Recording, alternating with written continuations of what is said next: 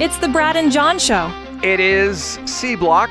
Today's date is May 23rd. It's the Friday before the Memorial Day weekend. And the reason I mention that is because a lot of people listen to this show in the future on either our podcast platform or on YouTube platform, so you'll have a little bit of reference. Okay, here's my crazy, stupid KWMU story. Years ago, maybe 15 years ago, okay, piece of property I had at the time, it was a vacant lot. And I came a couple times to cut the grass. I noticed there were spots in the middle of the summer that were getting very wet and very soggy. And after a while, there was water bubbling up from the ground. And I knew there was a water line under this property. So I called at the time, I think it was before American Cities Water, whoever it was, the water company, St. Louis County Water or whatever. And I called them and a repair crew came out. And I walked over and showed the guys where. And the one guy, this is sort of weird, the one guy recognized my voice. And he says, "You're a radio guy, aren't you?" And I go, "Yeah." And he says, "What's your name?" And I told him. And he says, "I know you." And he starts talking to me about how he's a big radio fan, okay? And this is the interesting part of it. He says that he loves talk radio, and he was a supporter of KWMU. He was one of their... Oh, wow. That's good for him. Right. And he was one of the guys. And he starts telling me about how when they have events, he takes his wife. And how when they talk to him with the people, hey, they greet him in the whole bit, and they go, "What do you do?" And he go, "I'm a repair guy from the water company."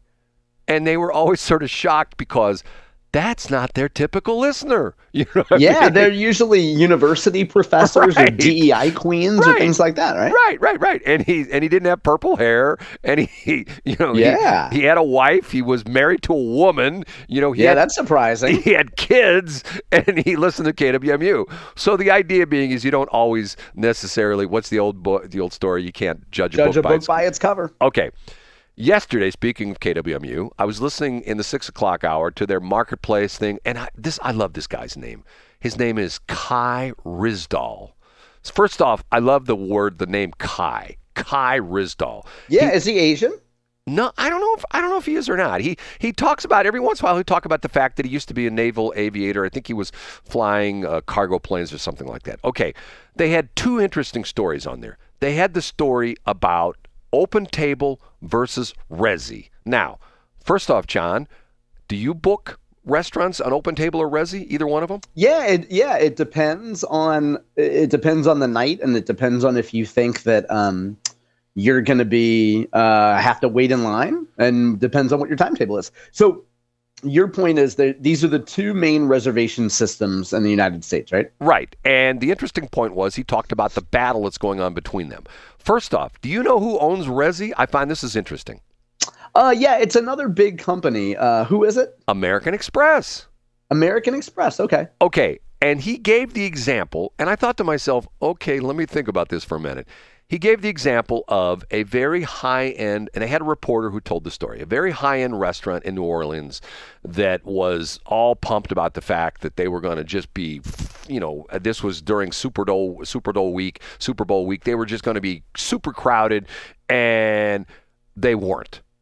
And one night, there was like nobody in the restaurant. And a guy, and they were set up with Resy. They were not on OpenTable. And the point of the story was that Resy has most of the high-end restaurants, where OpenTable has most of the casual to low-end restaurants, okay? So in other words, you got the high-end people on Resy, you got the low-end people on OpenTable as far as the restaurant hierarchy is concerned.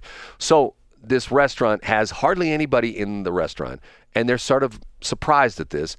And in walks a guy from OpenTable and essentially says, "Hey, not too many people here. What's the problem?"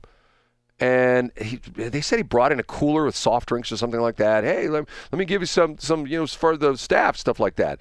And he essentially said, "Well, if you were with OpenTable, you would have this place filled." So the implication was somehow or another, the OpenTable people somehow got in and corrupted the system to the point where they blew up this guy's reservations on Resy, okay? And the point was that then he came back later and said, "You know what? The restaurant business is kind of tough.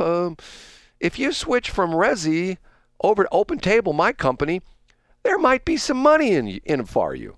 And the reporter talked about some restaurants are taking up to $100,000 in I don't know what you'd call it, almost like a bribe or something like that, from OpenTable to use them exclusively.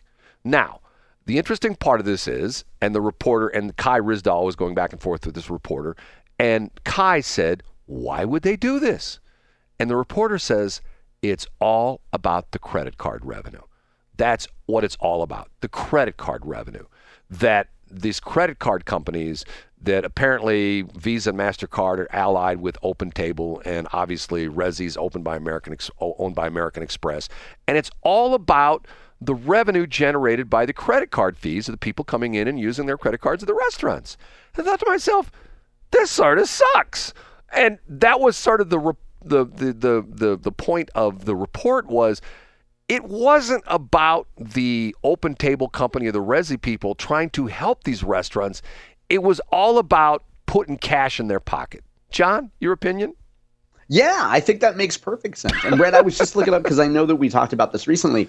We talked about this less than 2 months ago on March 27th because you introduced the topic of reservation scalping, which isn't much different than, which is, related to what we're talking about here. Yeah, so there's big money in making sure that your particular credit card could get, the revenue from these tables. So we probably shouldn't be surprised that one company would be trying to sabotage another, right? Like the gentleman that came into the restaurant to pitch Resy or to pitch OpenTable, like I'm sure he has a strong financial incentive to get people to switch, right? He's probably a sales guy, and he probably gets a spiff for every restaurant he signs up. Yeah, that's a pretty good deal. Okay, also in the same report, I thought this was sort of interesting.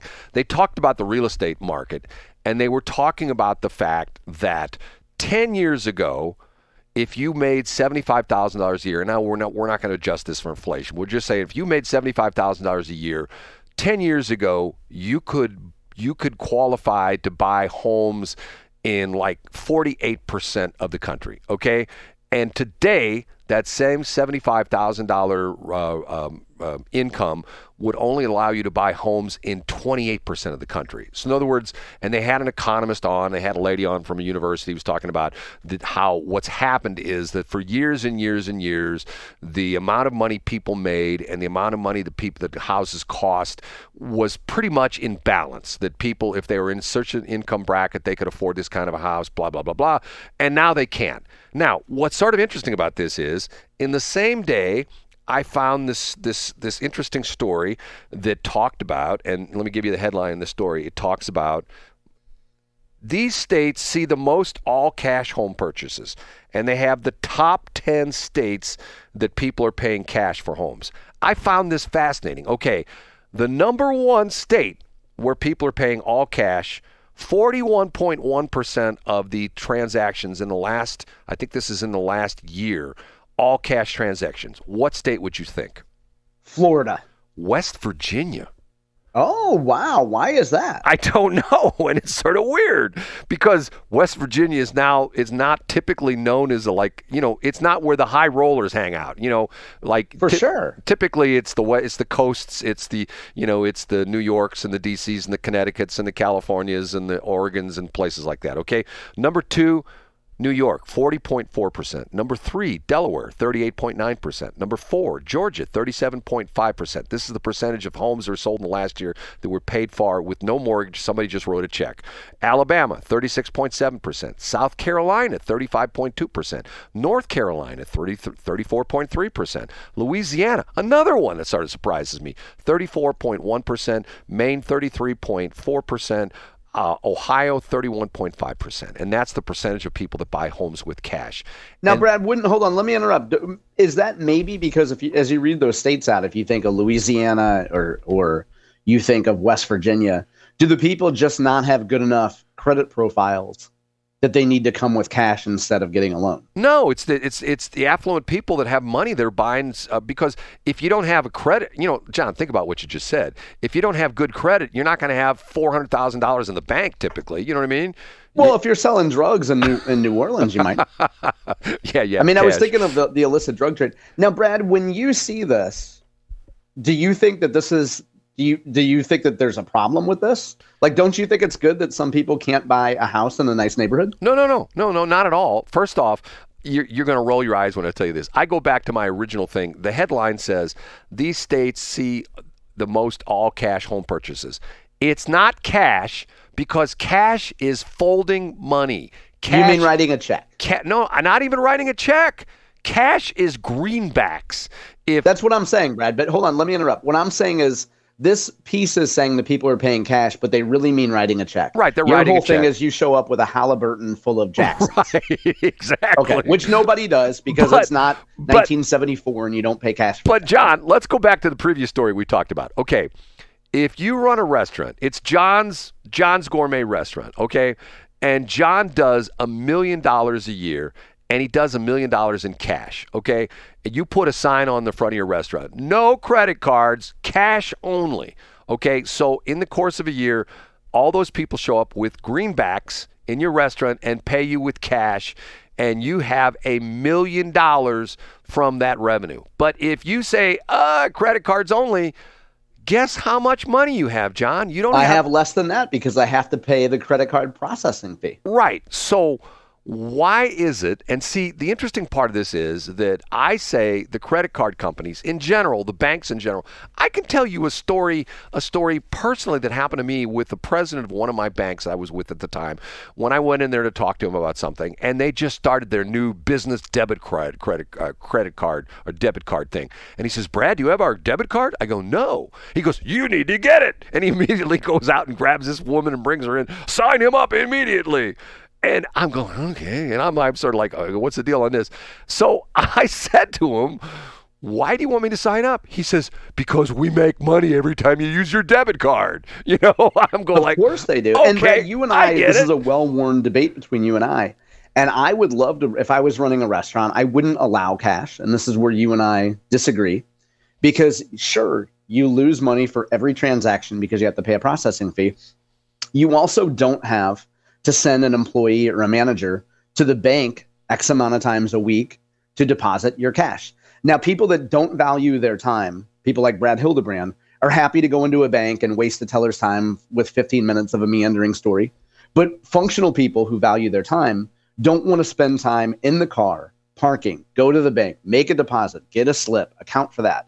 Instead, do it all on plastic, pay a processing fee, and be on your way. And if little old ladies and Brad Hildebrand types say, well, can I pay with a 20? What kind of a pay? You see this piece of paper? It says legal tender. Get out of here, old sir. Use your credit card. Be like most people in 2025. And if you want to pay cash, go to some place that smells like mothballs and use your cash. John, have you ever heard of this company called Brinks? No, I never heard of them. Brad, does Brinks come and pick cash up for you for free? No, they charge, but it does not. And by the way, their ticker symbol is BCO. I'm pretty familiar with their business model, Brad. And I wouldn't want to run a restaurant based on cash and have Brinks come at X intervals and pick up my cash. I would rather do credit to keep the Brad Hildebrands out. I don't want my server to have to spend an additional 75 seconds per transaction giving Brad his quarters and dimes and him saying, hey, keep the change, sweetie. I mean it. Keep this 8% tip. No, don't deal with cash. Just deal with credit cards. Keep Brad Hildebrands at a different restaurant. I don't want them in my place. But if you're a decent person, you don't. I'm not. You don't want. I'm a capitalist. You don't want your change back. You put the money in the table, and the bill's $40, and you leave. You put 3 20s, and it's $60. And the waiter or waitress comes by and says, "You want change?" Nope, you got it. And they're happy. There you go. And you know what? Hey, I am. By the way, I'm never suggesting that you don't tip well, Brad, because I'm sure you probably overtip. My point is, reasonable people in 2025 can say, okay, let's eliminate cash as much as we can because it's a hassle to deal with. And for people like Brad Hildebrand that love making a trip to the bank when they're not getting thrown out by the scruff of their neck, let them make a trip to the bank. Let them have Brinks come pick up their cash. No, I don't get thrown out of the bank. I get thrown out of the Chamber of Commerce and Bill Iden That's fundraisers. That's true, but not anymore because you made up with Wendy. In fact, you are a paid member of their Chamber of Commerce now, and you go to their meetings and you're not thrown out. She's never spoken to me since, but that's a whole other story. She takes your money, though. Now, Brad, did you pay in cash? I did not. I paid with my wait debit a minute, card. Brad. Okay. But here's the same fallacy of the Dave Ramsey thing. Don't have a credit card. Don't have a credit card. Okay, on this very radio station the other day, Eric Erickson talked about Dave Ramsey, and he says, I agree with a lot of stuff that Dave Ramsey says, but I own a business. He says, I have to have credit cards. Like, for example, try renting a car with a debit card.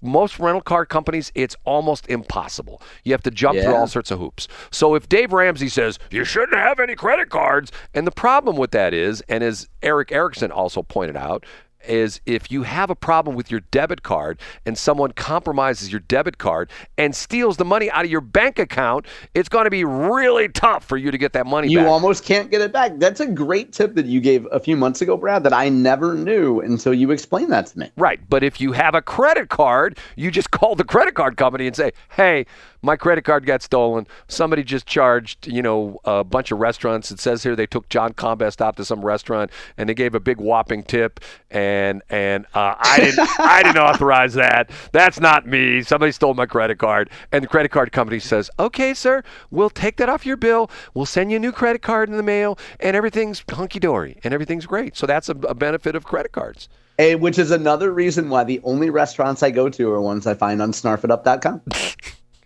You can get 20% off your deal at the Hawthorne Inn. That coupon's been up since 2019. I'm sure it's still valid. No, well, I think they're all sold out right now. But hopefully, that's amazing. Hopefully, Brad, I'm going to miss you. We're not going to be back here till Tuesday. Hopefully, by July 1st, we'll have another run of them again because the nice lady out there, Kathy, who is a wonderful proprietor, hands-on business owner. You talk about having a great restaurant, Hawthorne Inn in Labadee. I'm telling you, I can talk to 20 people that have eaten at the Hawthorne Inn, and 20 people will tell me how they've had a wonderful meal there. Nobody ever says they have a bad meal at the Hawthorne Inn. They all speak positively, except for the one guy when he told me that he was at a table, and I think he says the table next to him was John Combest, and the guy was giving the waiter. And the Hawthorne Inn takes your cash, don't they, Brad? Right, and the waiter was giving all sorts of problems to the waiter.